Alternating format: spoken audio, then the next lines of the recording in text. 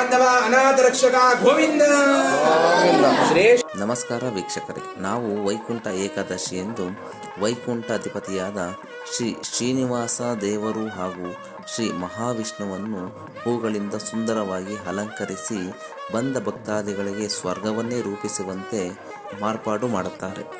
ವೈಕುಂಠ ಏಕಾದಶಿ ಎಂದು ತಿರುಪತಿ ತಿಮ್ಮಪ್ಪನ ದರ್ಶನ ಪಡೆಯಬೇಕೆಂದು ಸಾವಿರಾರು ಭಕ್ತರು, ಕೋಟ್ಯಾಂತರ ಭಕ್ತರು ಸರತಿ ಸಾಲುಗಳಲ್ಲಿ ನಿಂತು ನೂಕು ನುಗ್ಗಲುಗಳು ಇದ್ದರೂ ಸಹ ದೇವರ ದರ್ಶನಕ್ಕಾಗಿ ಕಾದು ಕುಳಿತಿರುತ್ತಾರೆ. ಇನ್ನು ಅನೇಕ ಲಕ್ಷಾಂತರ ಭಕ್ತಾದಿಗಳು ತಿರುಪತಿಗೆ ಹೋಗಲು ಸಾಧ್ಯವಾಗಲಿಲ್ಲವಾದರೆ ಹತ್ತಿರದಲ್ಲೇ ಇರುವಂತಹ ಅನೇಕ ದೇವಸ್ಥಾನಗಳಿಗೆ ತೆರಳಿ ಶ್ರೀನಿವಾಸ ದರ್ಶನವನ್ನು ಪಡೆಯುತ್ತಾರೆ.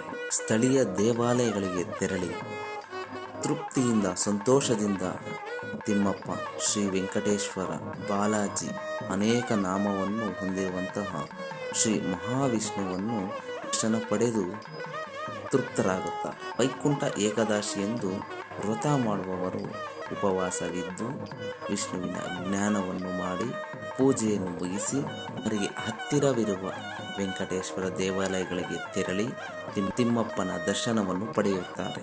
ಪ್ರತಿಯೊಬ್ಬ ಭಕ್ತರು ವೈಕುಂಠ ಏಕಾದಶಿಯಲ್ಲಿ ಸಮೀಪದಲ್ಲಿರುವ ಬಾಲಾಜಿ ದೇವಾಲಯಗಳಿಗೆ ತೆರಳಿ ದೇವರ ದರ್ಶನ ಮಾಡಬೇಕೆಂಬ ಮನವು ದೇವಾಲಯದ ಕಡೆಗೆ ಸೆಳೆಯುತ್ತದೆ. ನಮಸ್ಕಾರ.